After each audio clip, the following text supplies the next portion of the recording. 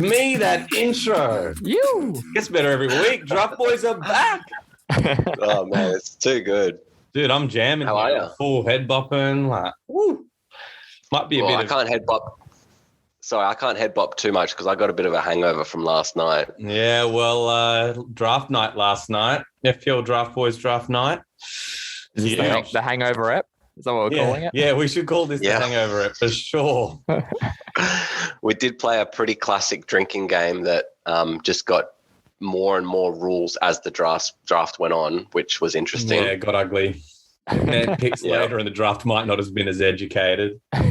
Maybe a bit more free-minded, you know? Just let it happen. Yeah. Loosey-goosey. I mean, yeah. Did you guys have fun?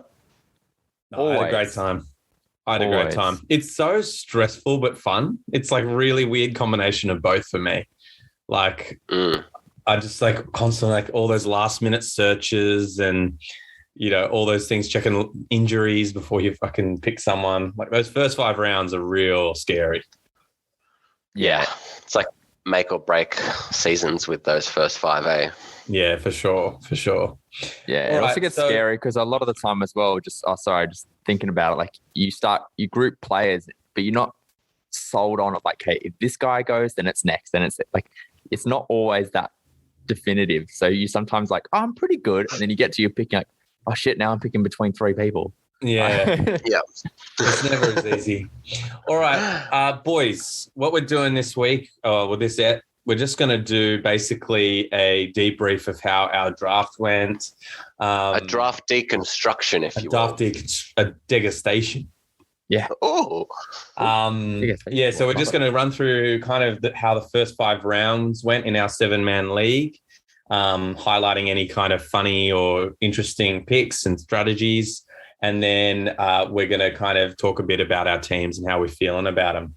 And then after the episode, I'm going to chuck this up on our socials so you can see exactly how we've drafted, and then also the teams kind of destructured into forwards, mids, defenders and stuff. So have a check out the socials and hit us up and let us know how your draft went. Yeah. All right. Let's get into it, boys. So I'll just straight up run through the first round. So as I said before, it's a 7-man league. In our league, first draft pick went to Lukaku. Second was Salah. Third was Fernandez. Fourth was Kane. Fifth was Son. Sixth was Bamford. And 7th was Vardy. Interesting. Yeah. Did anyone think that Lukaku would go first? I mean... Look, I'll just answer that just in front of Hito. I knew he'd go first because of the person who had first pick in our league. He's a Chelsea fan and he always just wants the best Chelsea player possible. Yeah, so he's guilty of those Chelsea goggles, like the team goggles, which is in this position, like Lukaku is pretty solid. Like he's definitely picked some sketchier picks in the past than him. Yeah. So I wouldn't give him much trouble for picking him in first, but I think there were maybe stronger options or more safe options. Let's say that. Yeah, true. He was going to go top 4. Like if he got through to the 4th pick, that person's got a lot of pressure on their shoulders. So it's just the fact that you've gone for slightly unfamiliar territory over pretty safe options in Salah, Bruno, and Kane as your next 3. And for me, as first draft pick as well, because what we didn't say is we do a snake draft. So there aren't a lot of forwards, as we all know, and especially forwards that score well. And when you're picking in first, if you pick a mid, by the time it snakes back to you, you'll be lucky if you're getting a decent forward. You know, basically they're all gone. So if you don't pick a forward, you are probably going to get, you know, double mid pick to begin with because it's just not worth picking a striker. I don't know about you guys, but. Well, you just miss out on the top. There's not very many superstar top forwards. So they're just 4. gone. There's probably 4 in this league. I'd name them as Lukaku, Kane, Bamford and Vardy. Is there anyone I've missed? Yeah, I think you're pretty much on the nail. And then the other, like the next tier down would be, you know, probably Ings, Antonio, Richarlison, DCL, and Werner if he actually can hit the net, like. And Orba is back to being a forward, and I know he had a bad season last year, but I'd also put him in probably one of the more premium options. In the second tier. I mean, we can't take it away from him. He can catch fire. So like the strategy of first or second draft pick, you've got to be thinking about forwards. And if we move on to actually who picked Salah, and we were saying, faced the long wait back for before they could pick again. He has 3 midfielders are his first picks. So it kind of shows you a little bit that only a couple strikers go in those first 2-ish rounds. It's mainly mids flying around. 100%. And then also, boys, I'm curious to hear, because in our league, we did an order, but it wasn't just this is the order that you pick in. You could actually choose where you go in the order in priority. Yeah, where you drafted, yeah. And so this one, it turned out that we pretty much everyone picked the order that we came in. But how did you guys, because I was near the back, so I couldn't really do much, but how did you guys find that process? Stressful. I was considering going back, especially towards the end of the week when Lukaku hadn't officially signed. So I was thinking that there could be a bit of argument if, these other 2 people ahead of me don't get onto that strategy to take a late draft pick, just because, having a waiver wire or possibly a redraft when the window shuts is something that we have done in the past. That was a strategy to take. I was kind of happy with my pick. I was in 3rd, and I just knew that I'd get, one of the top 4, and I was kind of happy. I just knew that it was going to be a tough decision between 2 people at that point for me. Yeah. And why you were 5th choice to pick? Were you nervous about picking to either stay in 5th or push yourself further back to the snake? Yeah, 100%. I'd spoken to my brother, Tim, shout out, who was first draft pick. He was first to pick where he drafted. And initially his strategy was he kind of wanted Lukaku. He was pretty sure he was going to pick him anyway. And he thought that he could probably get him in the 3rd or 4th round. The only issue being that Miles is a Chelsea fan as well. And no matter where he put, unless it was he chose to be second draft pick, Miles would be ahead of him. So he would get Lukaku, right? So in my mind, though, I thought, Miles probably will play it safe and not go Lukaku. So he'll pick 4th and get Lukaku, and that way the snake comes back and he gets, probably a better second player as well as Lukaku. Instead, he decided not to go with that. He decided he really wanted Lukaku, so he picked him first and had to face that weight that we were talking about. Which I was thinking about all day, because I was like, if Tim moves, I wonder what everyone else will do. And I did think that Miles may try to push further back.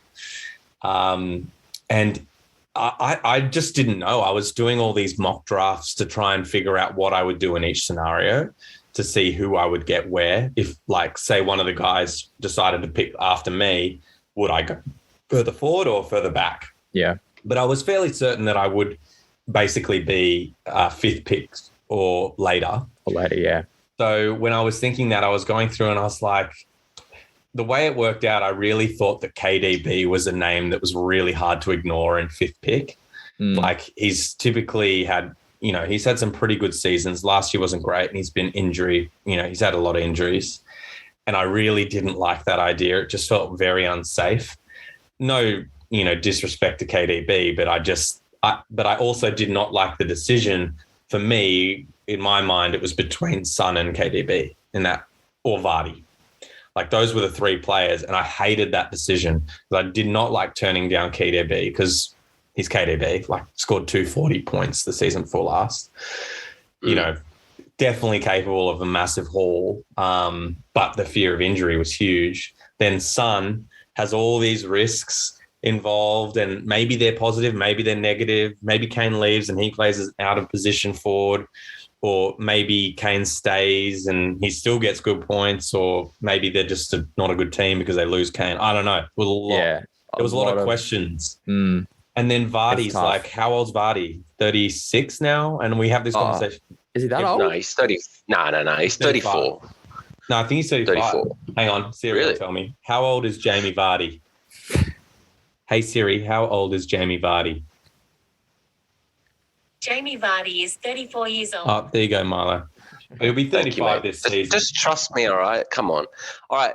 That's a really, really good deconstruction of the first 5 picks. But I want to go to Hito because I really want to get your thoughts. You were in 6th. Yeah. And hit me. You went my boy Paddy B. And at first it just shocked me. I actually I floored myself. I was like, oh my God. First of all, because I wouldn't have him this year. And then also because of the dynamic of picking up Paddy B in 6th. Yeah. What was going through your head? Was that a plan? Talk us through it. Oh man, it was a tough one. He was definitely up there for me. It was very much planning it in the moment because I would have, my priority at that point before Whitey picked before me, I was going to get Son. Okay. I was going for Son. I thought you were going to be lured in and then part of the reason I chose Paddy B is I had the same reservations about KDB and I kind of didn't want to take that risk and that decision knowing that there were a few more picks after me. Can I quickly say as well, in my position, I was looking at who's behind me. And so it was Hito and our friend Bobby, who's been on the podcast a couple times. And I was trying to deep dive into their minds and think, okay, who were they going to pick? Now, Bobby is a fucking wild card. Trying to guess what he was going to do was driving me crazy. Oh, mate, last season he did Trent and Robbo as the snake as his first and second pick. So what are you going to do with that? Anyway, so I was sitting there and that's why I got really driven crazy by trying to predict what would happen because I was like, I can predict Hito to some extent, but I cannot predict what Bobby will do. And I just was like, oh, well, I guess I just got to go with the flow. But I did consider trying to force you to choose KDB. Yeah. Because I thought he was the 5th pick and I thought about going and taking the 6th pick. I said to Miles, I was like, should I go 6 and force Hito to pick KDB? And we were kind of laughing about it. And then I was like, oh, I don't know. I think I'd prefer the control to pick the player I thought was going to be better. Yeah, I had similar that's where I kind of fell with Paddy B. I partly didn't want to make the decision on KDB, so I kind of wanted to take it out of my hands, potentially by Bobby. But also, I just really highly rated Paddy B. And I'm like, I know his leads, but I just think he's on pens, and he's always in the attack, and he's the only striker they really have. Hattie for Paddy, that was the hashtag last year, wasn't it? So. I don't know. I just feel confident with Leeds doing similar again. So this followed through with the rest of my picks. I just went really safe with performers last year who had minutes, contribution, solid points. I went real safe generally. Oh, sorry. I was just going to say, did you ever consider Vardy or Mane over KDB as well? I did. I was kind of put off by Mane because I had him last year, which is not the best thing to have in fantasy, but it's always a hard dilemma each year to not want to have the same player again. And as a Liverpool fan too, I was kind of like, oh, will he? Yeah. He might go for Mane. I know. I also rated Paddy B over Vardy anyway. So it was KDB, Paddy B or Mane. And I thought, well, there's, a few of those picks still there. Bobby can only pick 2 before it comes back to me. So I'm going to at least get another one of them. I felt comfortable with how many players I was happy to get on the snake back. So there also could have been a strategy to pick up Mane because you know how lethal he is. And if he gets going, if Salah gets going, they're going to kind of help each other. But then get Paddy B on the way back. Do you think that Bobby would have just gone Vardy, Paddy B? He might have. That's a question as well. Dude, I think he was going Vardy no matter what. That's one thing with Bobby. I was very, not certain, but I really felt he was going to go Vardy. He loves him so many times. Yeah, and that's why I thought by the dangle of KDB was still out there, he might be lured in by that too. And then I'd get, Mane if he picked KDB, or I was happy to pick KDB on the way back. Yeah. So, yeah. Well, okay. I Now think maybe should we move into the second round, and that way we can kind of talk about that second phase of the strategy. So as I said before, we snake back. So seventh pick first again, and he went for Mane, as we've already kind of discussed. Hito went for KDB. I went for Rashford. Stace went for, fourth pick went for Sancho. Third went for Sterling. Second, Grealish. And first was Mount. So, sorry, I said the order that we picked in, not the order that they went. Yeah, seven back to one, yeah. So 7 back to 1. So Bobby went Mane. Hito went KDB. I went Rashford. So Hito, were you happy there with KDB in the second? Yeah, I couldn't not pick him. I was kind of at a point where I had to. I couldn't. He was going to go before it came back to me. It was just the picks after, even with that potential risk of KDB, I'm like, I just couldn't not pick him. I really wanted Sancho, to be honest. I was willing to take that risk, but I valued the risk of KDB's injury less than Sancho. A new player in the season, new player in the game. But I think Sancho's going to kill it. So. Agree. I 100% agree. And I was going to actually pick up Sancho. I was going to go double Man United midfielder to start if it got to me. Unfortunately, it went one pick before me, but that's okay. Before we go on to me, though, let's just quickly discuss the Rashford. Yeah. Was there any second thoughts about getting Rashford? I know his injury, it's not bad because it's just shoulder. Yeah. But I'm not as What were you thinking? Well, 100% the injury plays in because there's not really much about how long he's out for. I assume that, it won't be like waiting to come back from any sort of leg injury. He'll probably be able to play while recovering. So I'm hoping it's not a crazy amount of time. But I'm thinking United are going to be pretty good this year. They've only added to their attack. If he decides to play Rashford up front, he's an out of position player. Like he's playing as a forward, like he's classified as a midfielder, but he's, playing as forward, which, as obviously we all value quite highly in fantasy. Yeah. I was trying to pick someone that I thought was actually quite safe, even though the injury was there. Rashford's a fairly consistent performer and actually didn't have the greatest season last year, but United, it seems to be on the up. And I just feel like he's going to benefit from that as well. But yeah, that was kind of it. And then I didn't like the risk of Sancho. I had Sterling last year, who you picked, Miles, and Sterling was very rotated last year and didn't have a lot of form. And then there's Grealish too, who's competing with potentially Sterling or a fucking million other amazing Man City forwards. I know they spent a lot of money on him, but there's no doubt that there's going to be rotation.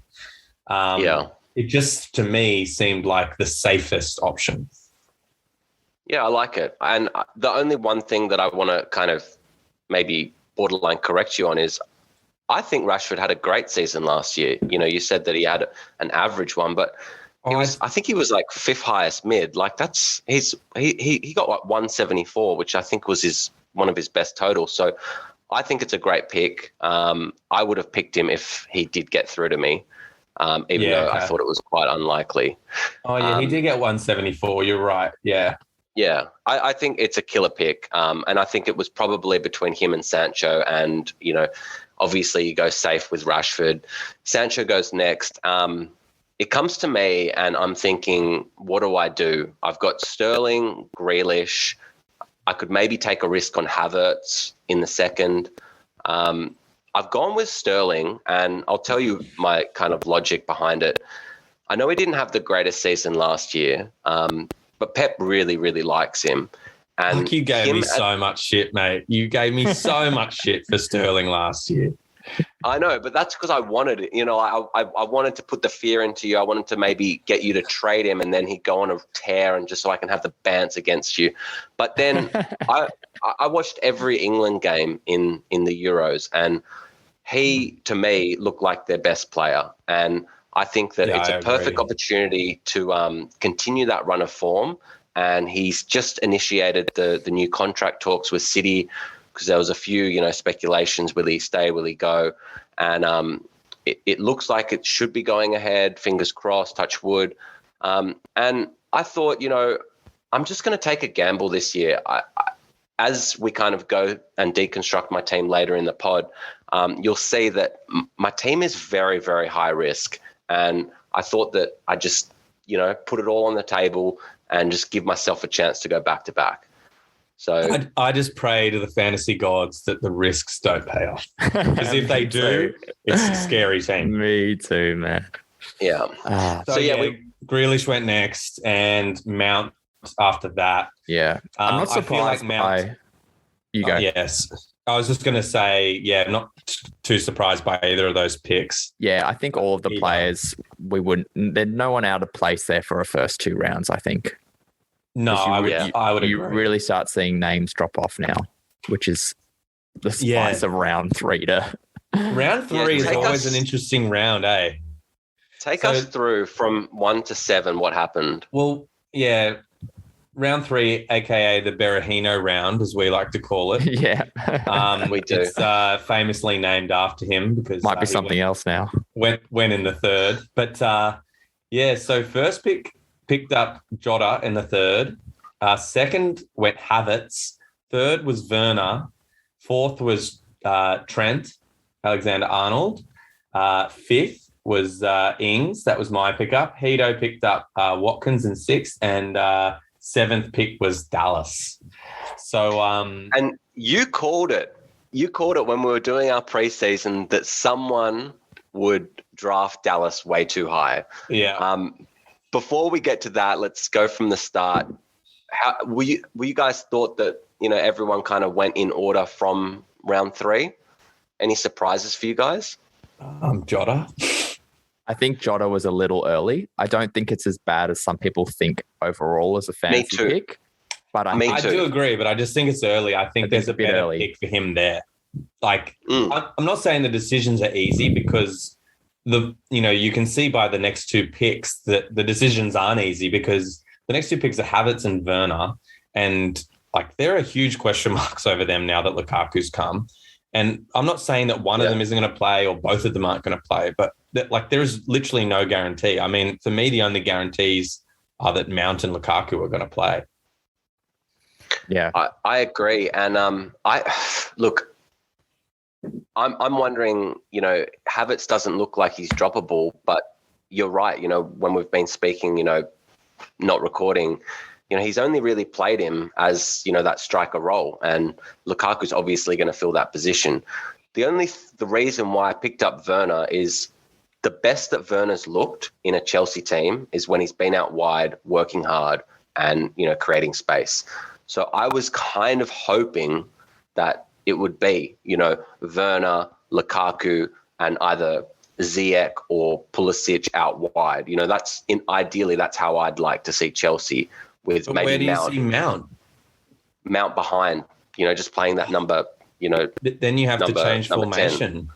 But then you have to change the formation, which has been so successful at Chelsea. Like, he may do that because obviously now he's got different players at his disposal. But he's going to have to go against something that's super successful. And for me, I just thought that both Havertz and Werner are going to be in massive competition because we've got Pulisic, who cannot be written off either. And you've got Ziyech as well. And with a big centre forward in the middle, you're going to want guys that can put balls into him and also run off of him. And in my opinion, it would be Ziyech. I would play Ziyech there because if we could, yeah, I know with that injury, but he has been amazing in preseason, can be lethal, and has an amazing cross on him. So he fits well for me. But anyway, Hito, what are your thoughts? I agree, man. There's a lot of question marks. I don't even know from an outside of Chelsea fan perspective. It's a lot to try and work out. I had Ziyech quite high up in my list pre his injury. Yeah. I was almost tempted to go him with the injury risk, but his forms only come in pre-season, and who knows what the fuck's going to happen in a month's time when he comes back. And that's the thing as well. Last time he got injured, it didn't come back quickly. Yeah, then there's no like history of Tuchel like showing loyalty or anything to him. So no, the fact that you guys weren't picking him every time a round went past, I was less hesitant to grab him. But do you guys feel about Trent going in the third round? I guess that's pretty safe too. So I'm glad he did, and I'm glad I didn't have to pick him. I actually, this is my biggest regret. I was actually gonna pick up Trent in the third, and I was having so much fun. We were having drinking games, and I actually completely forgot about him. And I picked up Werner, and then straight away it went Trent, and I was just like, forehead slap moment. That's what I was gonna do. So that's my biggest regret of the draft. Just to let you guys know, I was supposed to go Trent, and those things can happen on draft night. And I mean, this might bring up a fairly good question, but I mean, everyone has their kind of ways for prepping for draft night and trying to avoid doing something stupid. What do you guys do? What information is in front of you on draft night? Do you just use the fantasy page, or do you have a spreadsheet with some stuff on it, or what's kind of your strategy? I'm pretty, I guess, limited in terms of my prep. I like to just use mostly the fantasy site, but what I do is I go through and I rank players in each position in the watch list. So I haven't prioritized forwards or mids or what order I want to go. I leave that for the night and the balance of when people are going and what comes to me when it's my turn. But I at least have a slight order set roughly of who I prioritize in the forwards or in the mids, so I know who to look at next.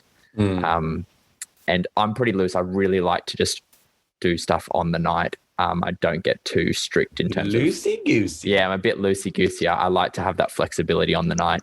All right, cool. Miles, what about you? Look, I do have the you fantasy. Should really talk about this because you're the one that cocked it up. So let's hear what your methods are. Basically, I've got the fantasy draft rank up, and every time someone goes, I put it on the watch list. So I just kind of know who's still available. I've also got a spreadsheet with everyone's points that they did last season. And I just think the reason why I messed it up is I wasn't looking at the defenders, which I should have just, if I have one glance to the left, I pick up Trent. But I was just so focused on looking at the next forwards and mids I was actually looking at forwards because I didn't have one yet. And I knew that I had to get one. And otherwise I thought all the forwards that I want would be gone by the time it got back to me. And then look, I actually have been calling it on the pod that I do, I rate Werner. I think that if he has the time and if he gets put out to the wing role, which I'd like to see him, which we saw him, play the Champions League final, the back end of last season, he was so good. So I completely agree. I'm very nervous for him to be the one that they pick because if he is, I think this season will be much better because A, there's a lot less pressure on him. B, the offside rule has changed. It's now using a thicker line, which we talked about, and he was ruled offside many a time and by close offsides as well. He's got to learn to finish though, doesn't he? Yes, he does. But that's not going to be there's not going to be as much pressure on him to do that. He can just pass it at last minute to Lukaku. He's not he's not the man that's meant to get the 25 goals. If he just gets 10 to 15, that's solid. But Whitey, what do you do, mate, with your prep? I know you like to spend a few hours. Mate. I like to spend a few hours on the day of the draft if I have that luxury. We've drafted plenty of times on Saturday nights in the past, but in Australia here, if the games are being played on Friday night in England, we have to get the draft done on Friday night, which makes sense. Sometimes I don't have a Friday free. But this year I did. So I sat down from 9 in the morning, read everything I could. And I have a spreadsheet here. It's quite elaborate and it's developed more and more over the years. But now on the left-hand side, I have it's in a spreadsheet. It's got forwards, mids, defenders, keepers across. Then I list down in each of those positions my favourites. It's color-coded by round. So, the first 7 cells are yellow, and then the next 7 cells are blue, then the next 7 cells are, yellow. So I know which rounds they are. Yep. Are you sure they're those colors? Because I'm pretty sure you're colorblind. I am colorblind, and that's why I picked those colors, because it's very easy for me to tell the difference between yellow and blue. So I go do that for forwards, mids, defenders, and keepers. And a new thing I've started doing in the last 2 or 3 years is I do a list that's a draft order, which is basically just an overall rank, because this is actually something to combat the mistake that Miles made, because his lists are similar to mine. They're just the points of the keepers, the players, and where they fell last season. Mine is the same, so that if I didn't think about Trent for a second, I might miss him. So this thing is like an overall list of literally my favorite player down as far as maybe the 4th round. All positions. Four rounds of picks. So for our 7-man league, that's 28 picks. So I'll make a list of my favorite from top to bottom. So in that instance, Trent was, it's gone now because I delete them as they go. But he was roughly around where he went. And that kind of safeguards me from missing those players like defenders or even goalkeepers. And it kind of reminds me as well of the potential of defenders and keepers. Yeah, because on draft night, it's easy to forget exactly how many points a good goalkeeper can get or a good defender can get. Yeah. And then you just balance out from there, depending on who's being picked, whether you want to skew towards a mid or a forward. Yeah, I don't adhere exactly to that. And then the final thing I do is I have the draft kind of set up from 1 to 15 in a spreadsheet, and I put the order in of the draft order, and then I do the first couple rounds, I simulate them, like I was saying. So a lot of stuff, but let's move on. That's more to finish round 3. The rest of round 3 goes Ings. You picked up Ings. Hito goes Watkins. And then we go Dallas. Spicy. I think we don't really need to talk about Bobby Ings does and Watkins. Yeah, Bobby does. I think Ings and Watkins is a good conversation. Well, I was just going to say we don't need to talk about them because I just think that's exactly where they should go, and they're just 2 great picks in the 3rd. That's what I'm... Really? Okay, interesting. I don't think they're surprises. I think that they're 2 awesome pickups, and they're really going to benefit from having each other at Villa. And I think you guys are going to have a sweet battle watching those 2 play this year. Yeah, I don't know what you think, Hito, but I think we talked about it a bit on the night, and I'd seen a few things saying that Watkins might go back to a role he's played traditionally before out on the wing, cutting in, and that Ings would play up front. And then obviously they've got backup in the striker position because Watkins can always slid in there when Ings gets inevitably injured. But for me, Watkins is probably playing out wide. So I thought maybe Watkins was not super early, maybe 5 picks too early. And that's being picky. Yeah. Pun intended. I think that is picky because if you look at the next 5 picks, I'd probably pick Watkins out of all of those 5, personally. Over Harrison? Yeah, but I got him anyway on the way back. Yeah, true. All right, fair enough. But yeah, you don't know that when you're happening. But yeah, I also was factoring in I'm on the snake. I'm getting someone quick after it. Yeah, okay. I can guess who's not going. And yeah, there's obviously doubt over exactly how it worked. But I think he played well enough last year that it's not going to be just one or the other. I think they're both going to play somehow, and they're both threatening and they're both good. So I don't know. I kind of went safe with just numbers, but yeah, there's potential. And also, play wide. I reckon Hito was playing the man because he knows his boy Bobby's behind him, and he can kind of bank that he doesn't know exactly what's going on because especially at that point of the draft, I think Bobby had about 4 or 5 fireballs, and he was looking very, very bleary-eyed. He was looking fired up in the wrong way. It's all good. I can get Harrison on the way back. Because Bobby came through with Dallas. Yeah. Well, it's the first time in the history of our drafts. This is our 10th season. Can you believe it? 10 seasons of draft. And someone has asked to take their pick back.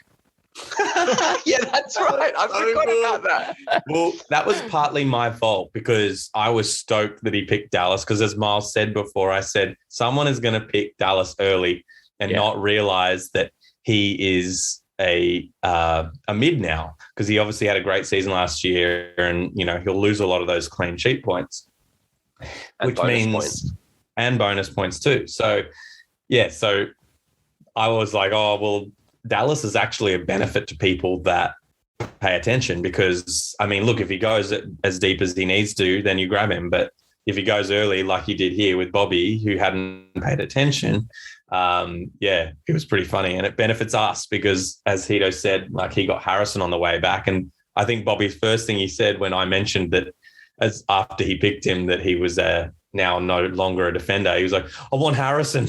And we're like, too late, buddy. And I just was like, he's not going to go 2 leads. Like, it's so long before it comes back to him, no matter how drunk he is. Yeah, I just don't see him picking 2 players from Leeds. So I felt 100%. Confident. Right, so it was good. It's a good opportunity to go from from first pick through to 7 in round 4 and just tell us what happened and we'll discuss it. Whitey. Well, this is the snake back, so we're starting at the end again. So it goes Aubameyang, Harrison, then DCL went, Raphinha, Antonio next, Richarlison, and last of this round was Maddison. So I guess let's start at the beginning or the end of the snake, as I said. Aubameyang. I think it's pretty good in the 4th. Like, I think it could be a steal. That's the thing. And it is a risk, 100% a risk. And I think this is one of the things that we've talked about before is like, you got to look at your team and how many risks you've already taken before you look at someone like Aubameyang. Like, he might be a very enticing player, but if you've taken several risks already with a player that might be injury prone or a player that is just a plain risk, if you do that again, you can very quickly see yourself in a position where you're not doing so good. True. Yeah. Look, I think it's kind of like, let's wait and see for that pick and we'll discuss it throughout the season. I think if the last pick hadn't picked Dallas before that and picked, Harrison and then put Aubameyang, then I would have said his team was pretty safe. Before that, he had Vardy, Mane already, which that's, for me, pretty consistent performers. If he backed it up with Harrison, who to me, is going to play a lot of minutes and I think did pretty well this season, and then said Aubameyang, all about great. Now the Dallas, and they just threw a little spanner in the works for old Bob. But he was going to go within the next 4 or 5 picks anyway. So yeah, I think so. I think the next flag for me from my side, White, I'd love to hear about your DCL pick because for me too. Everton are super high risk this season. Can you explain the high risk thing? I have my opinions, but I just don't rate them. I don't know if the whole Rafa situation, like what the fans and response is, the whole vibe around the club. They haven't made good signings. They were pretty average last year. I know DCL's he was just, outperforming for a shitty team last year, but I don't know. I'd love to hear you. So just before you talk, Whitey, I'd also like to say that DCL was most prolific for the first half of the season when when James Rodriguez was playing really well. And I don't know if they've got that creativity that they once had in a James Rodriguez in form. What do you reckon, Whitey? Like, why'd you go M? I actually thought that you were going to pick up who I ended up picking up, Antonio, in that spot. Like, talk us through that. I think I was a little bit haunted by Antonio last year. Yeah, totally. like that definitely plays on your mind. So I had Antonio last year, and Antonio was a punish last year. It was like as soon as he came back, he was scoring, and then he'd go out and be like, "Oh, he's out for 4 weeks," and then he'd get to the 4 weeks, and it's like, and then they just add another couple of weeks, and you're like, "Fuck!" And people are like, "Why didn't you drop him?" I'm like, "Well, because they constantly say he's coming back, and then he doesn't, then he's injured again," and I couldn't go through that again. And it was shit, and I was already a bit nervous about Ings in that he's been better in the last two seasons, but he can get injuries too. And so that's why you went striker, not another mid, because of Ings. Mostly. Yeah. So I decided that. Well, basically, I decided that at that point that I thought DCL would get a bigger return than any of the next picks. That's basically my theory. He got 160 points last year. He was like 12th on the list, and we're talking right now about the what pick is this in the draft? It's like nearly the 25th pick. If he performs even, he might not perform as well, but if he does 80%, if he does 80%, then it's a bargain. He still outscores a lot of those players in that position. When you just take a look at how many players the players get in those top 10, it filters down to about 150 pretty quick. And that's something I was just like, look, I think DCL can manage to get some goals. I know he didn't have a great end of the last season, but I just saw a number next to his name and thought, even if it's 20 points less than that, I still think, that's almost a decent pick here. Yeah. That's fair enough. And, we're going to see how it all unfolds throughout the season. I know. So after that, Rafinha goes, which I think's just a pretty solid pick in that spot. Yep. Yeah, like I kind of wish I went him now. A little bit. You could have. A little bit. You really could have. Yeah. That is, that's neither here nor there. I think the rest of this round I'm not surprised really by any. I have a little, again, concerns over Richarlison just because of Everton, but overall as fantasy picks, the rest of, Rafinha, Antonio, Richarlison, Maddison, I think all good picks. Is it just me or like I've got concerns over Maddison? I mean, he's been touted to possibly make a transfer. And I don't know, like I know he's a great player, but if he stays there, then I think it's probably pretty good. But if he moves to Arsenal that they're talking about, I have a few doubts, and I share the same opinion with Richarlison, even though he is pretty steady and he's on pens. And just to sum up that round with who I picked up, Antonio, I think it is a risk, but I'm kind of willing to make a risk, as you kind of see with, the rest of my pickups. Can I make a quick point? I just wanted to say one quick thing on Maddison, because I had a thought about this as well, Marlo. And I looked at his history. He's been in the Prem 3 seasons now. So we've got a pretty good idea of what to expect from him. Now, in his first season, he had 2,800 minutes, which is playing pretty much every game. He got 137 points. Next season, 2,600 minutes, 125 points. Last season was a bit less minutes because he was injured, 2,100 minutes pretty much, and he got 133 points. He's never gotten over 140 points in a season. I'm just wondering if we already kind of know what James Maddison is. That's his ballpark, is that kind of range, like 8 goals, 7 assists. Like he's pretty much. Wait, is this Maddison or Richarlison? Who are we talking about? I'm talking about Maddison. Oh, Maddison. Maddison. Yeah. Yes. Sorry. I thought I circled back. This is Maddison. Yeah. Okay. So I'm just saying, like, he's pretty consistently showed a certain amount of points, and I just think that maybe it was slightly early to pick him there. Yeah. Based off his very, very consistent point hauls. But then it's like a safe, solid 140, like, potentially. And you look at some of the rest, and no one's screaming out for me that's going to be able to get more than that. I think Zaha a little bit. Yeah, maybe. I think Zaha and Mahrez has great potential. at that point. In my opinion, but like that's a good opportunity to go into round 5, and this is the last round we'll go through in depth. Yeah. All right, I'll quickly run through round 5. So round 5 went Jimenez, Barnes, Mahrez, Zaha, Emi Martinez, Robertson, and Wilson, the striker from Newcastle. Okay, so, obviously first pick is snaking back. So you got Maddison, now he's got Jimmy on his second pick. What do you guys think?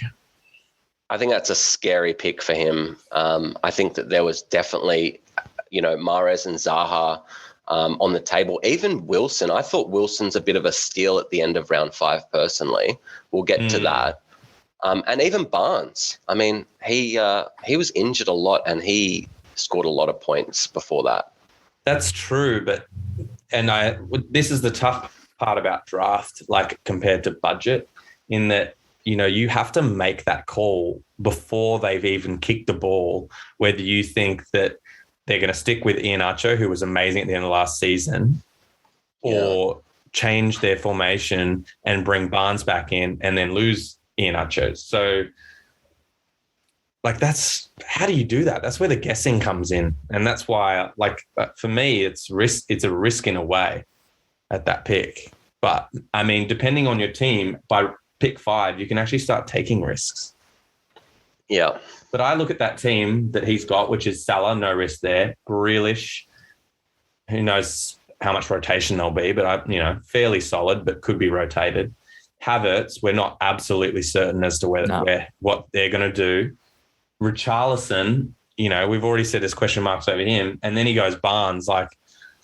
There's not a lot of safety in that. I have a lot more comfort with Barnes. If Barnes made it to me, I would have gone him.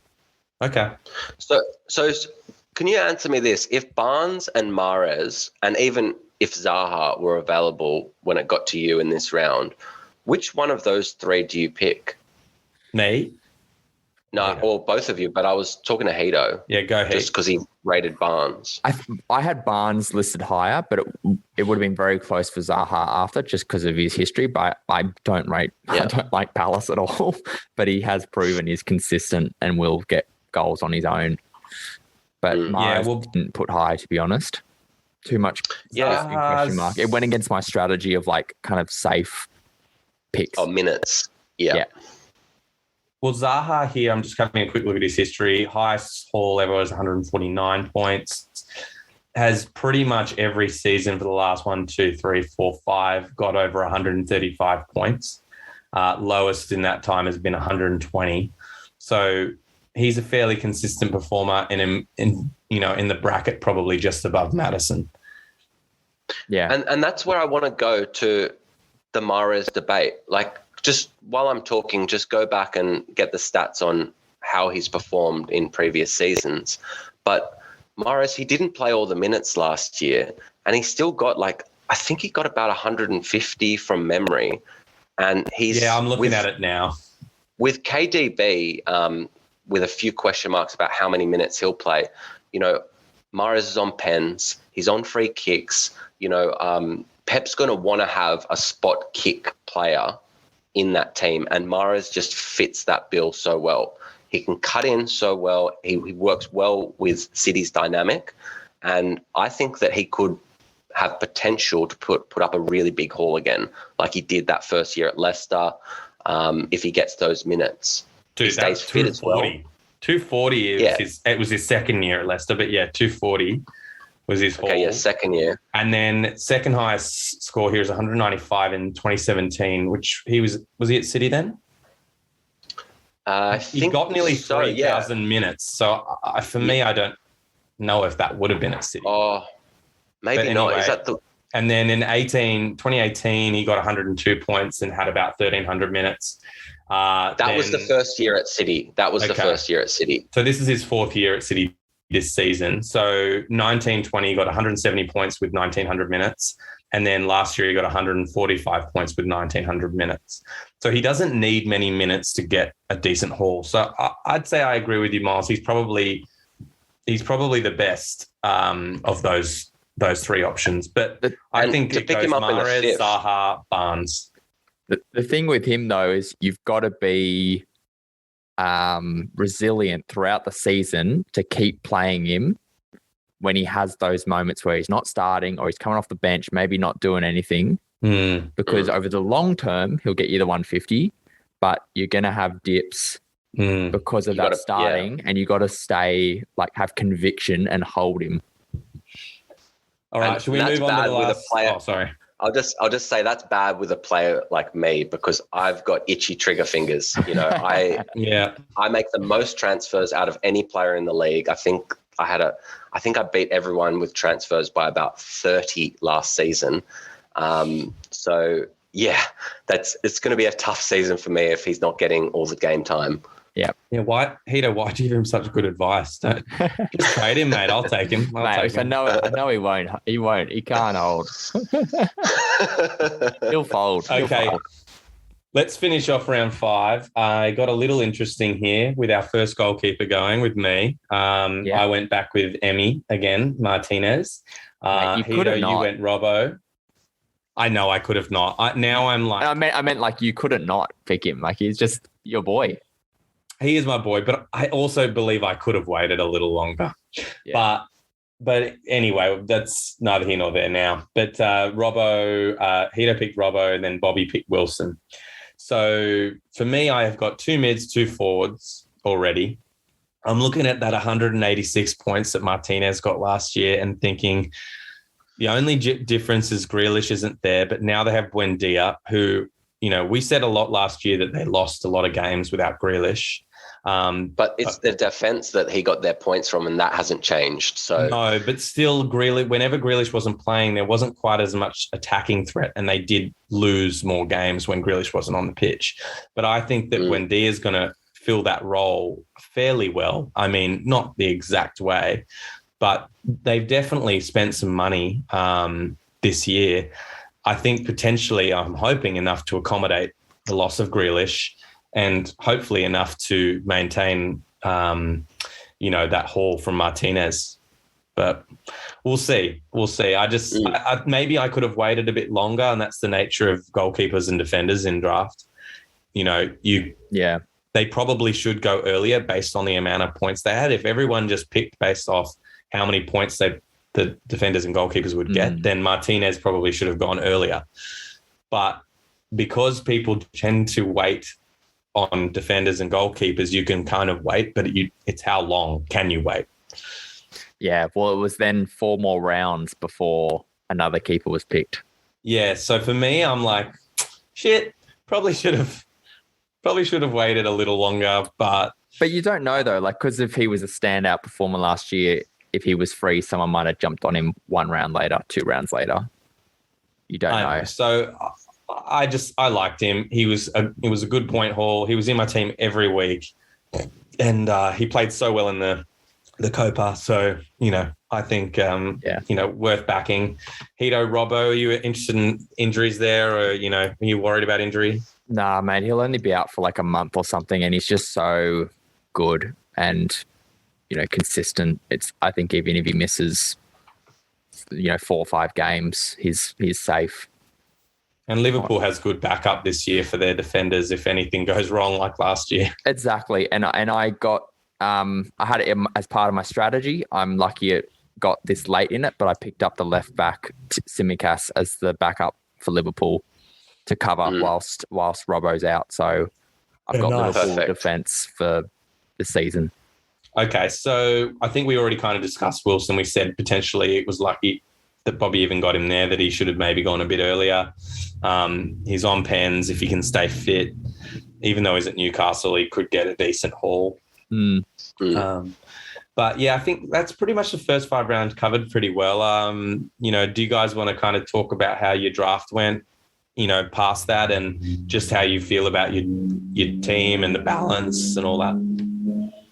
Yeah, Hito, run us through the rest of your team from round 6 and just say what you like, what you don't like. Yeah, of course. So after Robbo, I've got Shaw, Wood, Saka, Souček, Target, Mings, Meslier, Tsimikas, Mora, and Pickford. I think, first of all, I think Shaw is a steal in the 6th. I think that's a fantastic pickup. The rest of it's pretty good. I'm wondering about Target a little bit personally. I think there might have been some better options at the time, but he does have potential to go forward as well. So we'll see with that one. Well, he had a great point. I just looked at it. Then again, it came into the safe Aston Villa defense. I wanted him as my priority, the wing back. I wanted in. Yep. And then by the time it came back to me, Mings was still free. And I was like, well, Mings is probably the next consistent safe defender that I like the look of. And you're probably right with that. Yeah. Target's got 138 points there. Yeah. I don't know. I even feel with Wood in the 7th. I think that's he's underrated a bit. He is underrated, isn't he? Every season he's underrated. As my 3rd striker, I'm pretty happy with that. Yeah. I like that as a pick too, Heat. I think the only reason for me, I'm just trying to get my bloody draft thing back up. Only reason that I hadn't gone for him was I already had 2 forwards. Yeah. Because you've gone forward, defender, and keeper, and then have to go forward again. Yeah, I didn't, and that's when I mixed up with the keeper, and then it's going back the other way. And I needed a defender at that point. So yeah, I'm a little bit worried about Saka just because of Arsenal. I don't think it's just him as a player, but I'm worried about Arsenal generally. But that was probably my first risky pick at round 8, and then Souček was just a safe pick. He was, defensive midfielder, but he got so many points last season. I think West Ham look okay pre-season. It was just a safe, consistent player that can chip in and I can hold.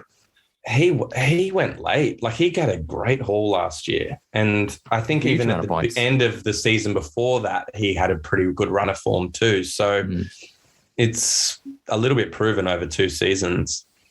So I don't mind him there.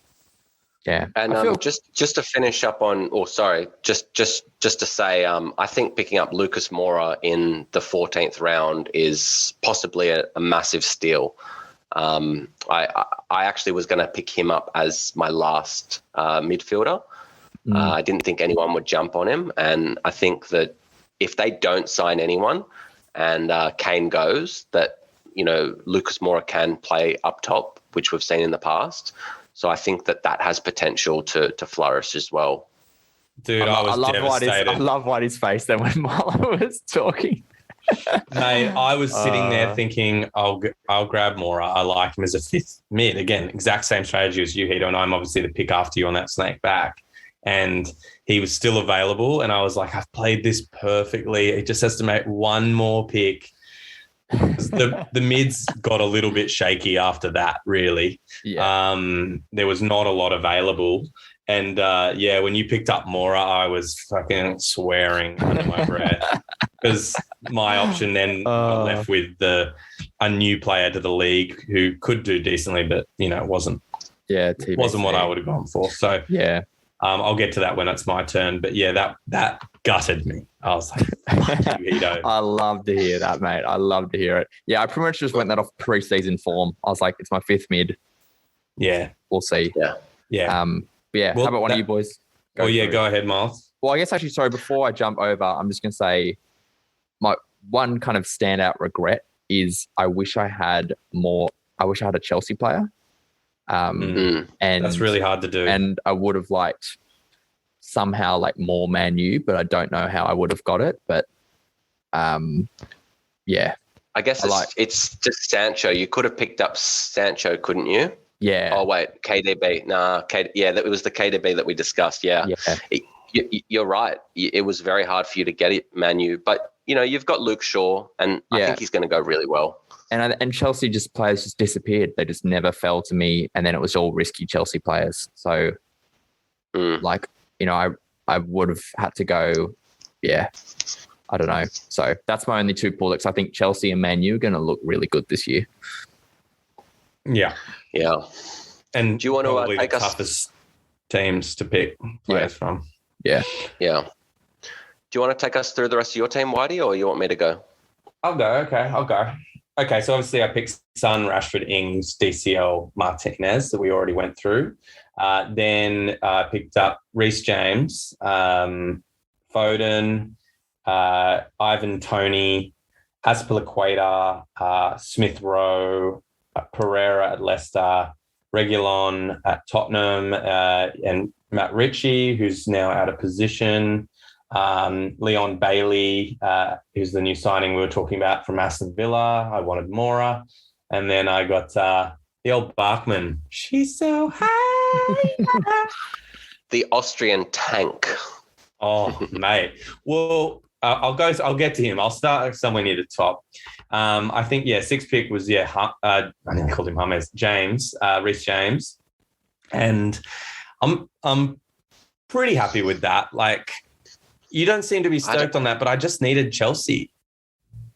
Yeah, I know you needed Chelsea, but I think that's a pretty competitive spot, especially with Hudson-Odoi playing most of preseason in that position.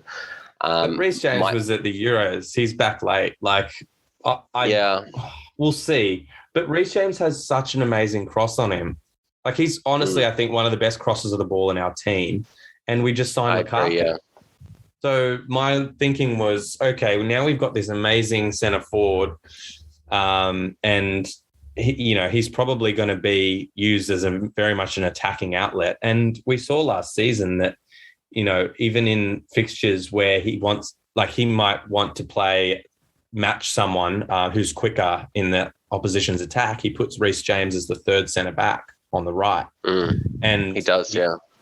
He was getting a lot of game time, and I just really rate him. I think this might be his breakout season. He's still so young. At any moment, he could kind of explode into that. Maybe I think he's on the level of potentially Trent, except for the fact he's not on free kicks. So obviously not the same point hauls, but crossing-wise, yeah, definitely.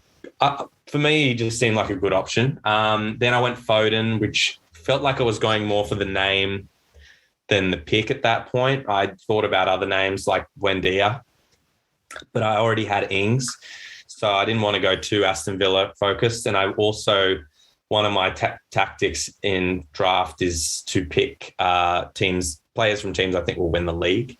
And at this point in the draft, I'm kind of happy to start taking a few risks because I felt I'd been fairly safe for most of the draft up until then.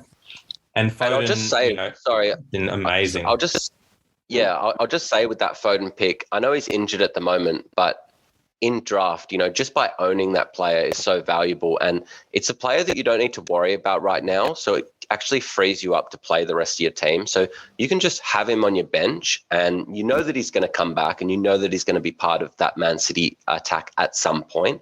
And that's when you can capitalize. So even though I think it's a risk, I think it's a nice educated risk, as we've discussed previously in the pod. I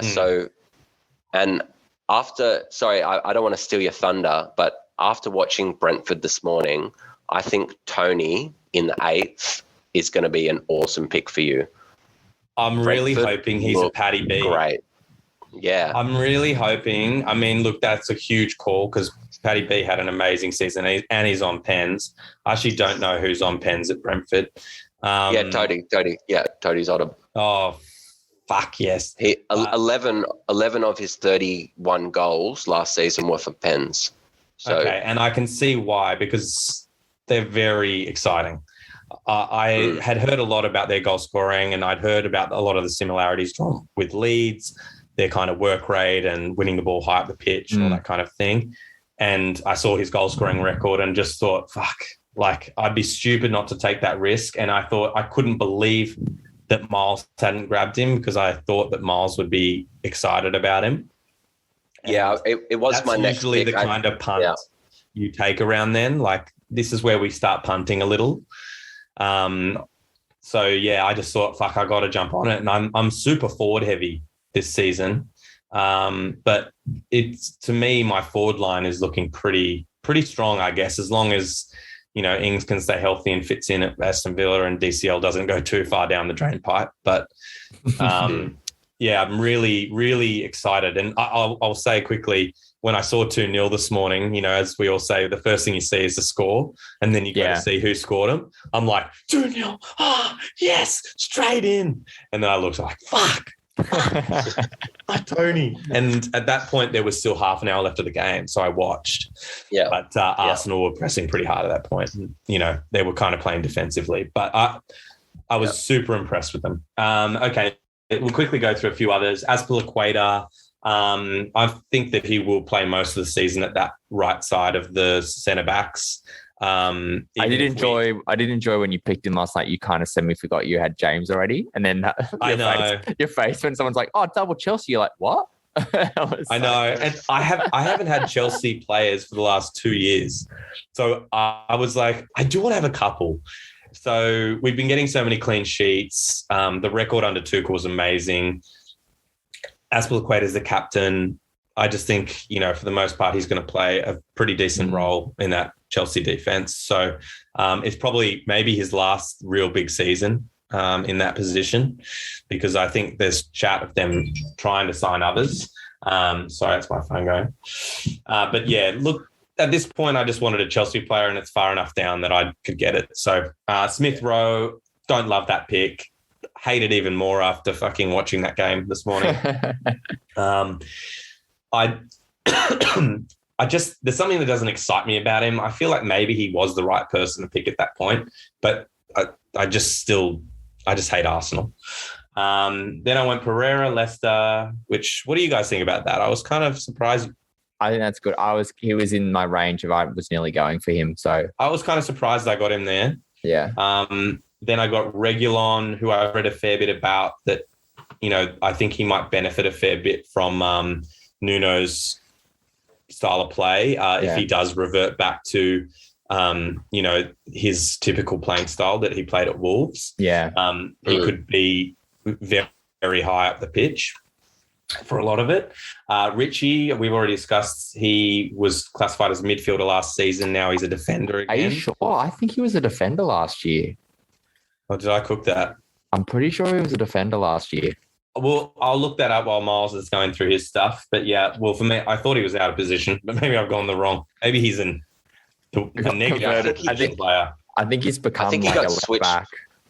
Yeah, that's what I thought as well. I think he was originally a midfielder, and then he's dropped back in later years. All right. Okay. Well, so what was the last one? Oh, Leon Bailey at Aston Villa. Looks kind of like an exciting winger that might play on the left side of or either side of that Aston Villa attack. With Watkins, Buendia and Ings. I think it's a safe last mid risk. Yeah. I'm not frothing on it. No, but you just TBC. That's my second last pick. And then last one was Bachmann. Yeah. Who is the Watford keeper. Was there any overall just quick snapshot, regrets with something you did differently, wish you did differently? Maybe DCL. You guys are making me feel pretty negative about him now. You motherfuckers. I think I'm happy. And probably just Smith Rowe, I reckon. That's probably. A little disappointed about him in some ways, but also if he could play as one of Arsenal's, main attacking players this season. Yeah. Depends how bad Arsenal go, really. Yeah, and if they sign Maddison, he'll be, under threat. Yeah, definitely. Sure. I don't know why he'd go to Arsenal, though. So, I think he might be safe. Yeah, I know. He's better off at Leicester. But, yeah, so overall, I think I was really negative last night. But after looking better at everyone else's teams, I don't feel as bad. I just think that the last couple of years, I've been lucky enough to be early picks, and I've been able to pick one of those really good players to start. And Son is obviously a good player, but he's not Salah, he's not Kane, he's not Fernandes. And I've had one of those three the last couple of years. So I think I was a bit nervous about that, but maybe overall I'm consistent. So yes, it's very different when you're at that end of the draft, the snake, if you're not used to it. I'm not. Yeah. I've had the back half for the last 5 years, I reckon. I don't think I've ever drafted the first few. So it's different. Yeah. But Marlo, what do you reckon about yours, mate? I'm really interested to hear what you think here. Yeah. All right. So I just wanted to take you a little bit through my strategy. So once we got to the end of round 5, I had a look at my team and I thought, besides Bruno, everything's pretty risky. I mean, there's a lot of potential. Just run us through those players though quickly, Marlo. I go Bruno, Sterling, Werner, Antonio, Mahrez. So obviously they're big names and, there's been a few question marks over a few of them, especially in the last season, with Sterling and Werner. And obviously Antonio being injured most of last season. But they're all so, how do I put it? Like they can cause a lot of destruction. And I thought, they fell to me at those positions, and I was obviously having a bit of fun last night, and I thought, let's just go high risk for high reward. Let's see if I can go back to back. So after that happened, I thought, hold on, I've got to get some points. I got to get some guaranteed points. So I actually really focused on building my defense. So my next 4 picks were defenders, and I go Van Dijk, Ding, Cancelo, Creswell. The only major concern I'm thinking with that is Cancelo with a little bit of rotation. But 2 more risks for me. 2 more risks. Let me butt in here. I just don't think VVD is going to be quick to come back for starters. They're definitely going to manage his minutes for a while. Like he's had a very long injury and he's literally only just coming back. I think VVD. No, he's not only just coming back. He's been training since the end of last season. I mean, I think that he's one that goes straight back in. I mean, I'd love to hear a Liverpool perspective here. To be honest, mate, I'm still a bit TBC. He's had some preseason minutes, but he hasn't played like 4 games or anything. So I'm not really sure what to. Apologies for the phone ringing there. Yeah, sorry about that, guys. I'm house sitting. I don't even know who's calling, so I'm just going to leave that. Yeah. Well, when was the last time you had a landline in your house? Yeah, I know. It's a flashback. No idea. But yeah, I don't know. For me, I think it's not as safe as. I think over the season it'll be fine. It'll just be a slow start. Okay. With them easing I think it's okay. I'm quietly confident that he's up for a bit of redemption. So I'm pumped to own him again. I've had him in the past and he's done well for me. I think Ding is a really fantastic defensive player and he's really good going forward as well. So he's good for double-digit hauls occasionally. Let's see if he can stay fit. If he can stay fit. Cancelo, he again, if he gets the minutes, he will be in the points. Man City keep clean sheets and he has such an attacking threat. So I thought it was a good gamble to take at that point. That's a highly rotated position though for them. Yeah, but for him, I think it's less highly rotated than the other players that he's got because he can play on both sides. I thought he was pretty out of favour at the end of last season. He definitely took a dip to what I had in last season. I'd read a fair bit about that, and my preseason notes was that he was a bit on the out. Yeah, I probably should have done a bit more reading by the sounds of it, but it's a Man City player, and if he doesn't play, then I just get my bench, who I always like to have a little bit of depth in the bench. So I'm not too concerned about him because he's not going to just come on for like 10 minutes at the end. It's either he's going to play or he's not. I'm a bit nervous for the 3-time champ here. I don't know about you, Hito, but I'm a bit nervous for him. Mate, it's going to be... Yeah, you go, Marlo. Oh, mate, I was just going to say, I'm nervous that your last 3 picks were 2 mids and a forward. Yeah. That's what I'm nervous about. It's very unlike me. I will say that. Yeah. But look, so I go Creswell after Cancelo, and I think that's pretty safe. If you guys agree, I think that's a really good pick. I was going to get him if it came to me. Yeah, Creswell's a great pick. Yeah, I'd agree. And then I've done something here that I've never ever done in the past, and my next 2 picks are goalkeepers, and there was a bit of strategy behind it. I've gone Edison, and then on the way back, I've picked up Allison. And I think that obviously they're probably the 2 most sought after goalkeepers, probably behind Martinez. And I've done that for just trading purposes. I've picked up both of them so I can trade one of them because one of those players is probably worth a pretty decent mid or possibly an okay forward later on in the season, especially if they can go. I was just going to add, remember we talked a fair bit on the pod last season when I had both Pope and Martinez, and I think at the middle of the season they were both in the top 10 scoring players. Yeah. But you didn't do anything with it, though. No, I tried. I had a few conversations. Let's see. I just don't think a keeper trade is as easy as you're making it sound. And it's very hard to make a keeper sound super sexy. That's true. But, if that keeper's Allison, though, have you seen that face? It's got sex written all over it. I know who I'm going straight to. Yeah, Mitch Hackett. If he grows sorry, I think you do heat.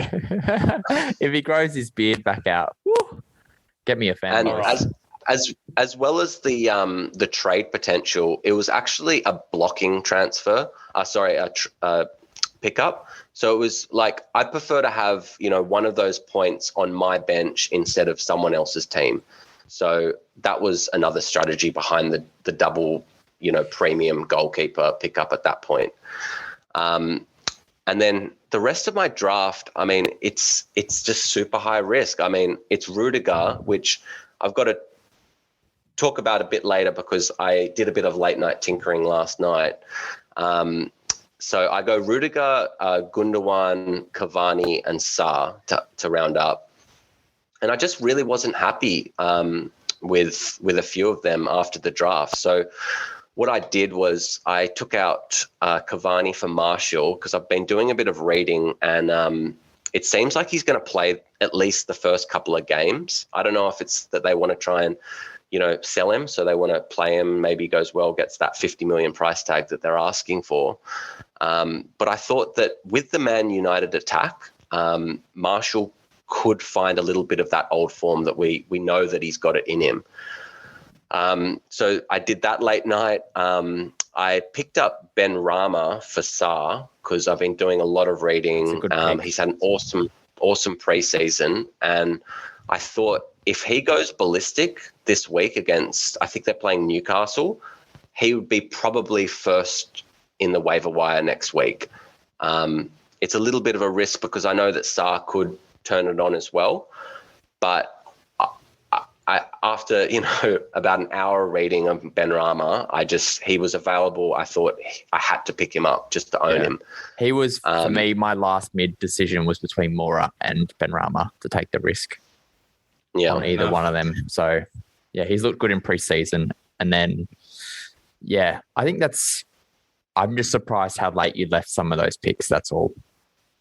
I'm kind of surprised that, Gundogan lasted that long. That's kind of why I picked him up. I didn't actually want him. That's why I kept on passing on him. But I think, just to have him, especially at the start while KDB's out, which is where we saw that he flourished the most. Yeah. I thought I'll just have to take a risk there. And that's fine as a fifth. But for me, it's a fifth mid pick. But I guess it's your 13th pick. So. Yeah. But, just to sum it up, I mean, my other late night tinker was I just brought in Alonso for Rudiger just for this week because I think he's a guaranteed starter because of Chilwell's situation at the moment. And he is so lethal for fantasy points. So I thought I'd just try and get a bit of ahead of the pack because my team kind of needs it because it's just so risky. But even though it's so risky, I do want to say, even if, I've got a starting 11 in there that are firing, you got to be pretty scared of my team. There's some names there that are just double-digit haulers, and I could really, put the pressure on with some of these players. Look, Miles, I do agree, and I think if even maybe two of your risks pay off, then we're in a whole lot of hurt for sure. It's a team that could swing either way. I could be last. If it swings the right way for you, we're all fucked. If some of these things pay off, but that's the nature of draft, the nature of fantasy football. So it's all ifs, buts, and maybes. 100%. Boys, I think that rounds us out pretty nicely. I've really enjoyed this little debrief. I think we enjoyed it a little too much. I think we're going to talk for half an hour, and it's nearly 4:00 in Australia here. So, that was really fun. After going through my team with you guys, I feel better. So thanks. That's good. Yeah. I don't think I'm going to win the league, but second it's again. hard to tell, man. It's less obvious. It's less obvious. Last year it was like, okay, Marlowe's got the best team. Like you had Son, like two other strong. Rashford, KDB, Richarlison. I drafted really well, and then also my defense was like rock solid as well. Yeah. So there's less of that this year from someone. So it's a bit more up in the air who's got the leading edge before the season really kicks off. I'd agree. I think this was definitely a tougher year. Let's just say, let's all make a prediction. You can't pick your own team. At this point, who would you think has the strongest team to win the league this year? And we'll see if any of our predictions come through. Oh, man, you've really put me under pressure here. I'll jump off. I'm just going to say, as a bit of a punt team as well, I'm going to go with Stace's team. I really like the balance in it, and there's a couple of question marks for a few people, but I don't mind it. I'd agree that's personally me. His midfield's very interesting. If it goes the right way, it's a very interesting team. And I'm going to be putting these. Sorry, I was just going to say I'm going to be putting these teams up on our social so you can see what we're talking about. Yeah. But he's mainly talking Kane. He's got Sancho, Raphinha, Zaha, Buendia, Pepe. And there's Trent. Obviously a lot of questions there, and Trent. So they're the real highlights there. He's got a decent keeper in Lloris that goes back-to-back years. Oh, he's got two good keepers. He's got Lloris and Pope. So and his defense is pretty good. I think it's a really good balance. And if Benteke starts firing like he did at the end of last season, I think he's got a pretty strong team. Shit, I think I almost have to agree with you. I'm looking through other teams here, and there's no real standouts. For me, Stace as well is interesting. What about you, Hito? Man, I can't pick, to be honest. I start looking through players. I'm like, okay, that's looking strong. And then I get down to another player and I just go, oh no. Rude. You are a very hard marker, though. I am a hard marker. I don't know. I honestly don't know. Like, I start with Bobby's. I'm like, okay, it's looking okay. And then it starts throwing out Trossard, JWP. I don't know. I can't even put someone out there, to be honest. All right. Hito's picking no one to win the league. Good from him. No one's going to win.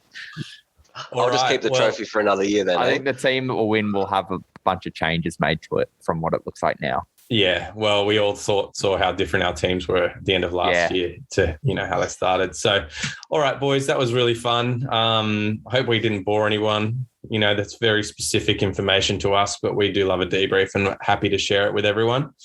Miles is going to throw up those teams up on socials, FPL Draft Boyz, and I think that'll round us out for this week. Yeah, good chat, boys. Let's reconvene after a first game week. I'm excited.